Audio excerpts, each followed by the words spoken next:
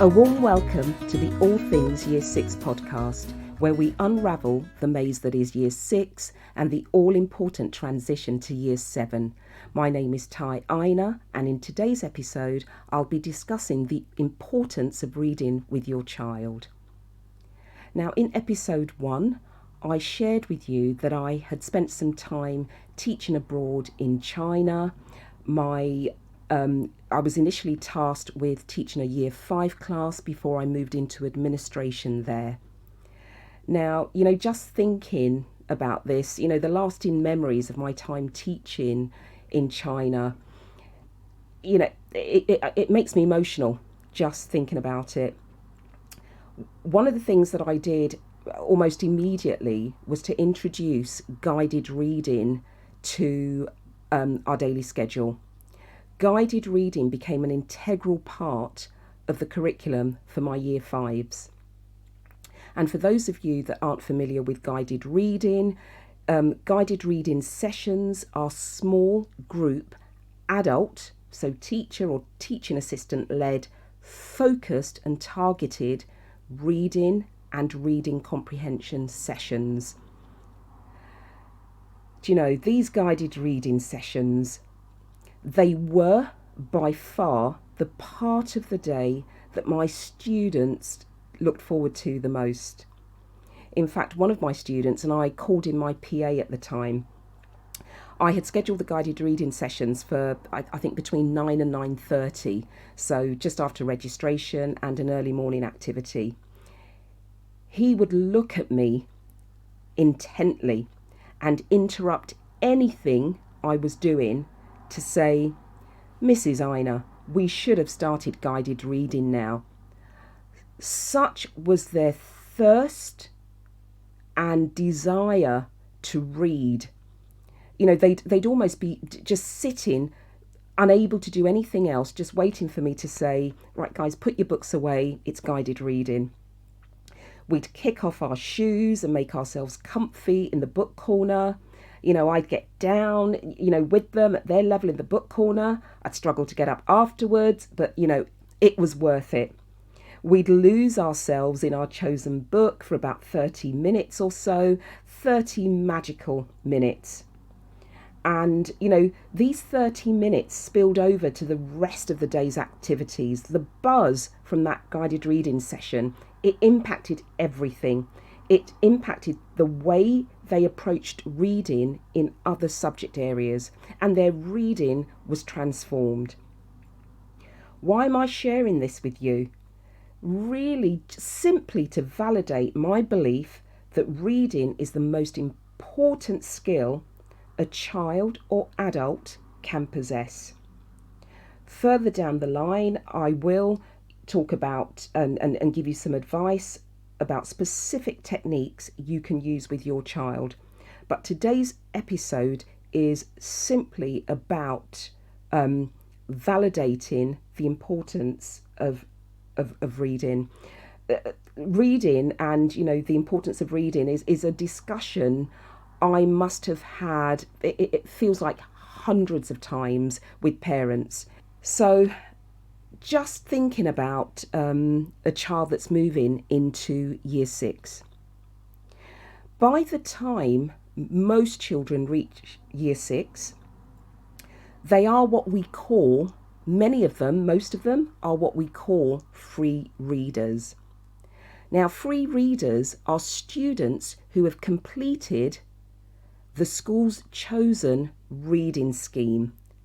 So they've worked their way through the different levels of whatever particular reading scheme their school might use. So to give you an idea of some of the reading schemes, and this might resonate with you, we've got the Oxford Reading Tree, so the ORT reading scheme. We've got Rigby Star. We've got the Gin reading scheme. There's another one called Success for All. The thing about free readers is that once they have finished the school's reading scheme, they are then able to choose from a wider range of reading books. So perhaps choose books from the school library or the public library. Not that they couldn't do so before, But if you like, it's almost like, a driving license. This is the license to say, yeah, I've got those skills and I'm ready to fly. But I think that is the way we should approach it, is that your child is ready to fly. If you think about, and I'm going to make an analogy with learning to drive. If you think about the point when you take your driving test and you pass and you've got your license and you are ready to hit the road. A lot of parents during the early days would probably sit in the car with their child just to give them further confidence, because at this stage they'll no longer have the driving instructor sat next to them. So you might find yourself going with your child for those initial trips to the shops, just for additional confidence, to perhaps help to clarify any misconceptions. Oh, I'm at this roundabout. What do I do again, Mum? What do I do again, Dad? It's actually the same with reading. So when our children become free readers, there's sometimes a sense of the work is finished. I can leave my child to go it alone. Children themselves can sometimes become reluctant to continue reading with their parents. They assume that actually I've passed the test and I'm good to go it alone. And for some children, they can start to go down that road of developing a disconnect with reading and reading regularly. I think one of the things that a school reading scheme does is it makes us accountable. Your child brings a book home, and probably some sort of reading log where you've got to give feedback about their reading. It goes back and forth between home and school. There's accountability there. We don't want to be that, the parent whose child has only read one book in the autumn term. And so we structure the reading around our busy lives to ensure that our child is getting, for a lot of parents, that daily dose of reading. But once they become free readers, we loosen the reins and we let them, continue that journey independently. In fact, I believe it's the time to step things up. What you will sometimes find with children who become free readers is that they try to go from 0 to 60 or 0 to 100. So they've got free reins to go to the library, and the first book they'll pick up is a 600-page chunky book. And because perhaps they're no longer reading as regularly with parents, they're doing more of this silent reading, you are not able as a parent to actually discover that actually this chunky book is bigger than they can cope with at the moment. And so it means that we're not able to continue to check the things we were checking when they were still on the school, using the school reading scheme. So things like pace, fluency, of course, expression, observing of punctuation, comprehension, asking those comprehension questions to check that they're understanding what they're reading. Again, there's perhaps reduced accountability in the sense that we don't have to fill those reading logs again. We're not required to give feedback, and we just drop the ball a little bit. Children still need to have reading modelled to them. Beyond year 6, students will begin to study a greater variety of subjects. Reading is integral to how they will cope. In secondary school, students will pick up English literature as well as language. And those of you that are familiar with English literature, with Shakespeare, For children, Shakespeare can, seem like another language in itself. Their language studies in secondary school requires them to engage with reading on a far greater scale and depth than at primary school. And I've seen it happen, countless number of times when children simply become overwhelmed with the level of reading and the amount of reading that they have to do at secondary school. And this is often simply because they've disengaged. They stop reading regularly in any kind of structured way once they became free readers. I've had conversations with students and asked secondary age students and asked them, when did you last read purely for pleasure?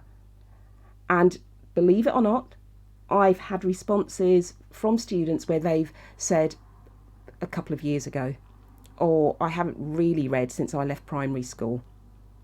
So no surprises that the stamina isn't there to sustain the demands of reading in English language, in English literature, and other subject areas, history, geography, science, maths, reasoning in maths. They simply don't have the stamina, and the problem then just becomes exacerbated. So, put simply, I believe that reading is a life skill. It's not just about the subject of reading. It's something that your child is going to do, whether they like it or not, to some degree every day of their lives. When you think about it, when they move into the world of work, they're going to have an employment contract. They need to be able to read and understand the employment contract to make sure it contains what they've been promised and not something else. A mortgage contract, a rental contract. Just on a daily basis, they need to be able to read bus timetables, train timetables, a shopping receipt to make sure that they've not been overcharged. Household management, banking, managing household utilities. It is a life skill.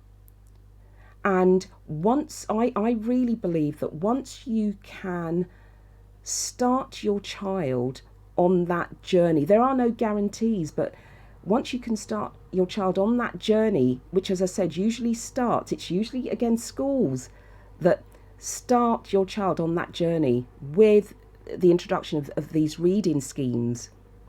It makes your child, it makes you as a parent accountable, but you need to pick up that mantle once they stop following the school reading scheme, once they become free readers. They still, of course, read at school.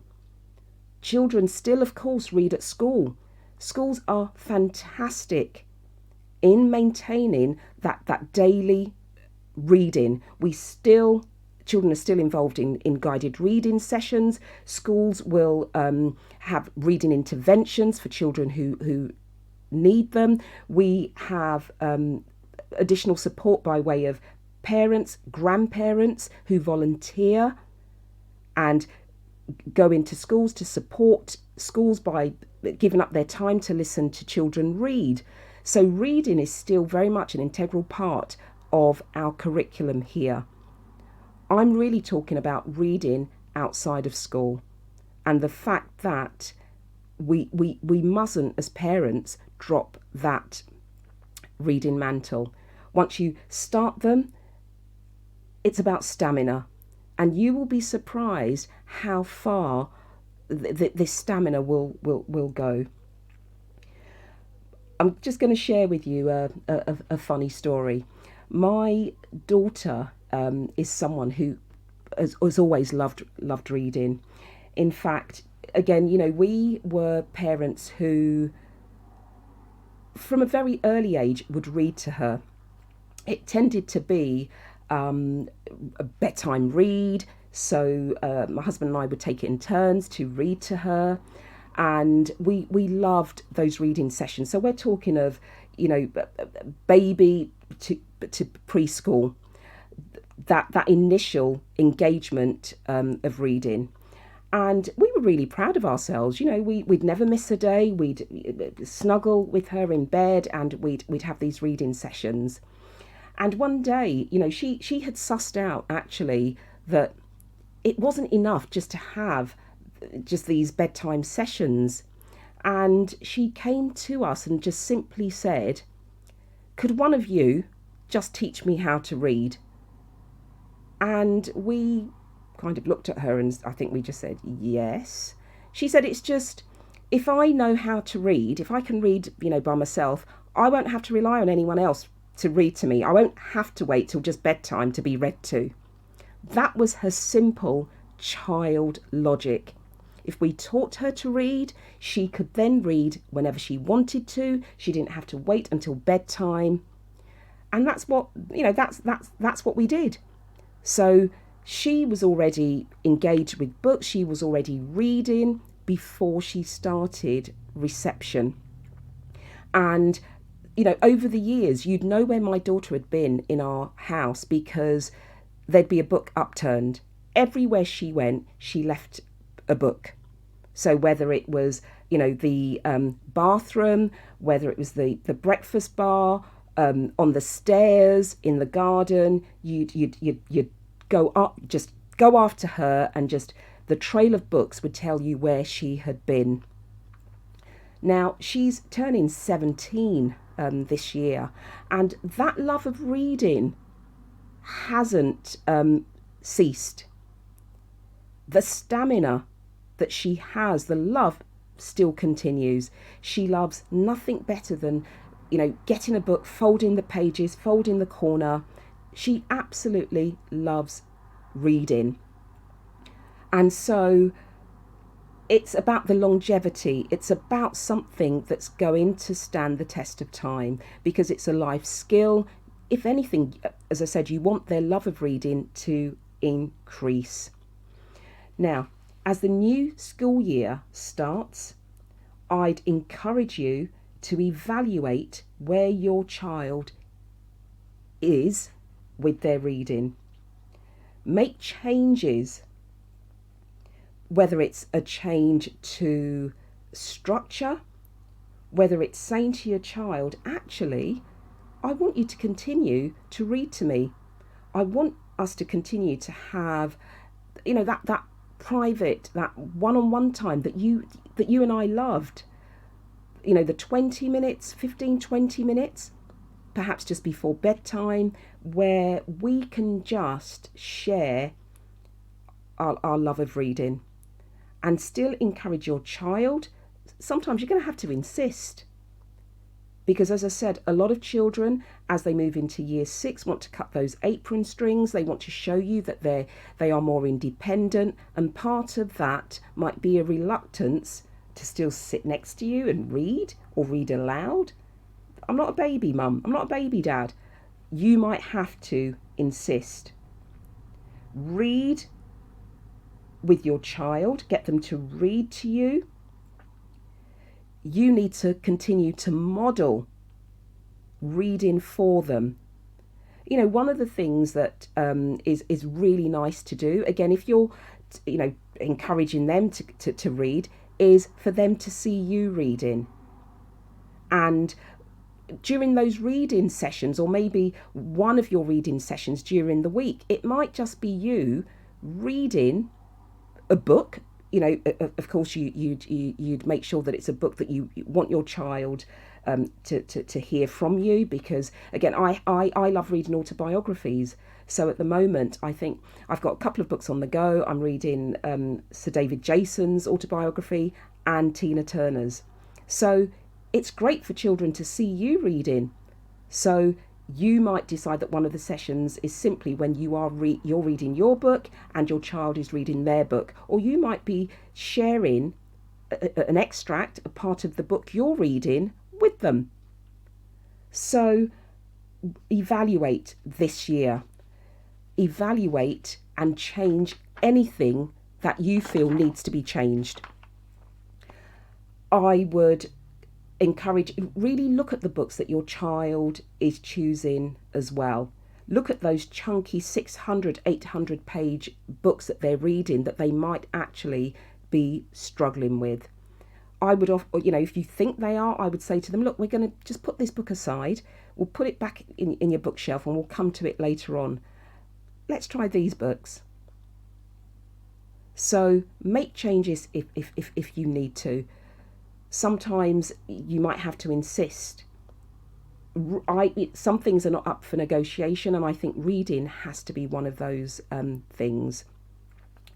As I said before, in the near future, I'll do an episode on specific techniques that you can use when it comes to reading with your child. But today, I wanted to simply stress the importance of reading and why it needs to be a priority for you as a parent to just keep on top of it, continue with that accountability, even though your child's school perhaps won't require it because your child is now a free reader. Thank you for listening. Thank you for joining me, and I'll see you next time. Take care and bye-bye.